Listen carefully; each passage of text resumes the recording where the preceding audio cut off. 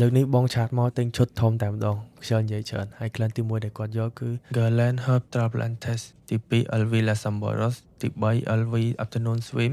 LV City of Star LV Meteor ហើយនិង Dior Sauvage Elixir ហើយយើងក៏បានថែមដបផ្ទេក៏ដូចជាថែម tester ឲ្យគាត់មកពេញចិត្តតែម្ដងថែមមកស្រឡាញ់មកគាត់ពេញចិត្តលើកក្រោយទិញថែមទៀតសំខាន់គឺបងគាត់ដែលទិញខាងយើងពីមុនទេគាត់ឆាតមកទិញសរុបតែម្ដងគឺថាអរគុណច្រើនខ្លាំងមែនតើបងដែលបាន support ហើយដល់ទី2គឺបងយកជាមួយនឹងក្នុងរបស់ YSL YEDP ហើយនិង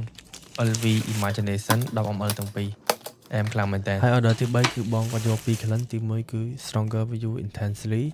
ហើយនិង Dior Sauvage EDP ពីរក្លិននេះដើម្បីតែម្ដងមួយសម្រាប់ប្រើប្រចាំថ្ងៃមួយទៀតសម្រាប់តែ